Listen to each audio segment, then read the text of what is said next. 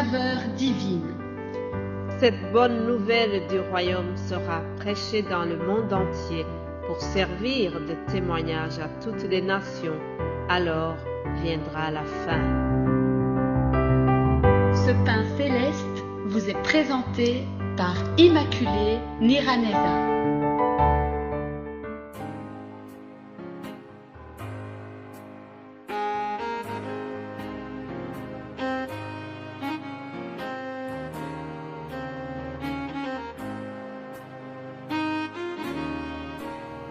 Veux-tu briser du péché le pouvoir?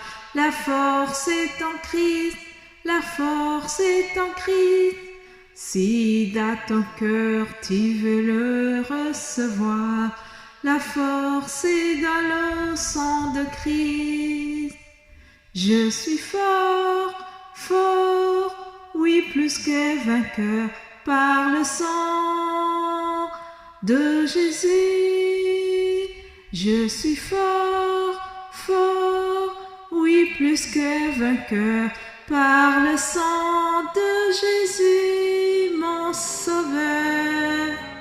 Alléluia, alléluia, nous sommes forts, nous sommes plus que vainqueurs, nous sommes courageux grâce au sang de Jésus-Christ. Avant de continuer notre thème de la semaine, j'ai tenu à honorer encore le sang de Jésus-Christ, le sang qui nous donne la force, le sang qui nous rend victorieux, le sang qui a coulé à Golgotha. Par le sang de Jésus-Christ, nous sommes victorieux, nous avons l'espoir, nous avons le courage, alléluia, de persévérer dans ce cheminement vers le ciel. Cette croix me sera toujours chère. Elle est gloire et victoire pour moi. Oh, j'ai voulu vraiment souligner la puissance de la croix avant de continuer ce thème. Mes chers amis, ne croyez pas que j'ai oublié le thème de la semaine. Non, loin de là. Nous allons continuer en parlant des hommes qui ont été courageux. Souvenez-vous que notre thème de la semaine concerne cette parole qui a été adressée à Josué. Fortifie-toi et prends courage. Il y a des hommes de la Bible qui ont été très courageux. Ils ont manifesté un courage exceptionnel et ils nous servent de modèle. Le titre de mon message aujourd'hui, c'est « Il a fallu du courage ». Lisons Hébreux chapitre 11, à partir du verset 32, je lis ceci. « Et que dirais-je encore, car le temps me manquerait pour parler de Gédéon, de Barak, de Samson, de Jephthé, de David et de Samuel et des prophètes qui, par la foi, vainquirent des royaumes, exercèrent la justice, obtinrent des promesses et fermèrent la gueule des lions, éteignirent la puissance du feu, échappèrent aux tranchants de l'épée, guérirent de leur maladie, furent vaillants à la guerre, mirent en fuite des armées étrangères. » Alléluia. Le passé simple n'est pas facile à utiliser dans notre langage aujourd'hui, mais ce que vous devez retenir de ce passage que je viens de lire, c'est que tous ces hommes ont été très courageux. On nous donne une liste des hommes qu'on appelle des héros de la foi dans tout ce chapitre 11 des Hébreux. Et donc, ici, je lis ce petit passage où on nous montre ces personnes, David, Gédéon et les autres.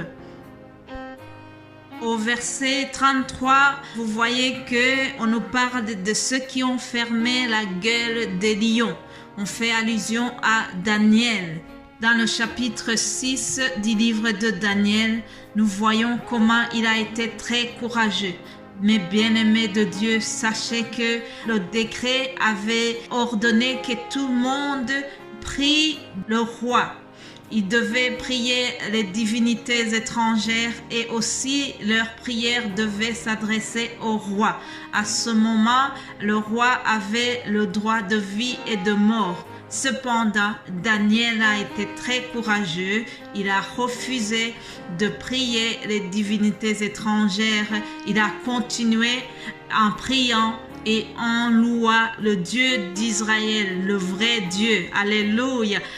Lisons Daniel 6, 10. Nous voyons, lorsque Daniel sut que le décret était écrit, il se retira dans sa maison où les fenêtres de la chambre supérieure étaient ouvertes dans la direction de Jérusalem, et 3 fois par jour, il se mettait à genoux, il priait, il louait son Dieu comme il le faisait auparavant. Alléluia. Daniel n'a pas changé d'avis malgré les menaces qui pesaient sur lui. Il a été courageux. Il est resté fidèle au Dieu d'Israël. Alléluia. Dans ce même livre de Daniel, au chapitre 3, nous voyons 3 hommes qui ont refusé d'adorer la statue du roi. Il s'agit de Shadrach, Meshach et Abednego. Ces jeunes gens ont été très courageux parce qu'ils se sont opposés à ce que la loi disait. Daniel chapitre 3, 6, je lis ceci. Quiconque ne se prosternera pas et ne l'adorera pas sera jeté à l'instant même au milieu d'une fournaise ardente. Je rappelle que ce roi Nebuchadnezzar avait fait construire une statue en or à son image. Et tellement qu'il était orgueilleux, oui, le pouvoir rend les hommes orgueilleux. Il était devenu très orgueilleux. Il voulait que les gens se prosternent devant la statue qui lui a été dédiée. Mais ces jeunes hommes, ils avaient une loi qui leur interdisait de faire cela. La Bible dit que nous devons adorer le Dieu d'Israël seul. C'est ce commandement-là que Jésus-Christ a rappelé à Satan lorsqu'il avait essayé de l'amener au désert pour le tenter. C'est l'épisode de la tentation de Jésus-Christ, Luc 4, 8. Jésus-Christ va lui dire, il est écrit, tu adoreras le Seigneur ton Dieu et tu le serviras lui seul. Alléluia. Voilà ce que ces jeunes hommes ont respecté. Ils savaient bien qu'ils doivent adorer le Seigneur, leur Dieu, et l'adorer lui seul. Alléluia. Nous devons adorer seulement le Seigneur, jamais se prosterner devant toute autre chose. Mes bien-aimés de Dieu, il a fallu vraiment beaucoup de courage.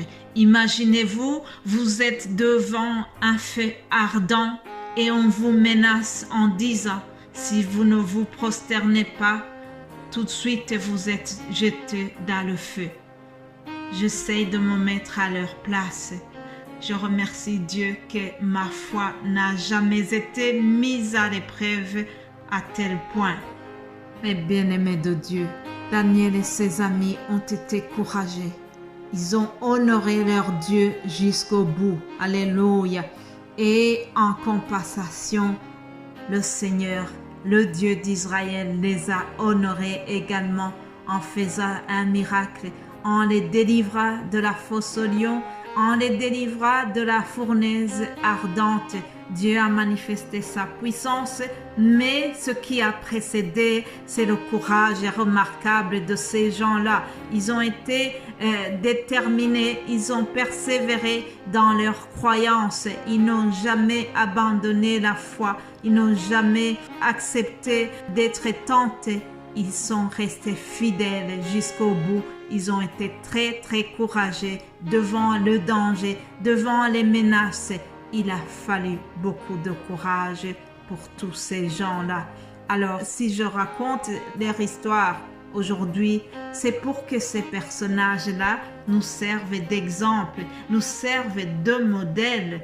Nous devons être courageux comme ces gens-là l'ont été. Sois courageux, reste ferme dans ta décision. Reste courageux lorsque tu décides de lire la Bible. Reste courageux lorsque tu décides de faire un jour de jeûne-prière. Il faut résister à la tentation qui te dit qu'il faut manger alors que tu as décidé de faire ton jour de jeûne-prière.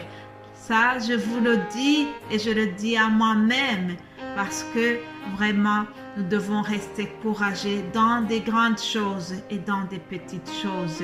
Voilà qui termine ce message et je vais continuer demain par la grâce de Dieu. Amen.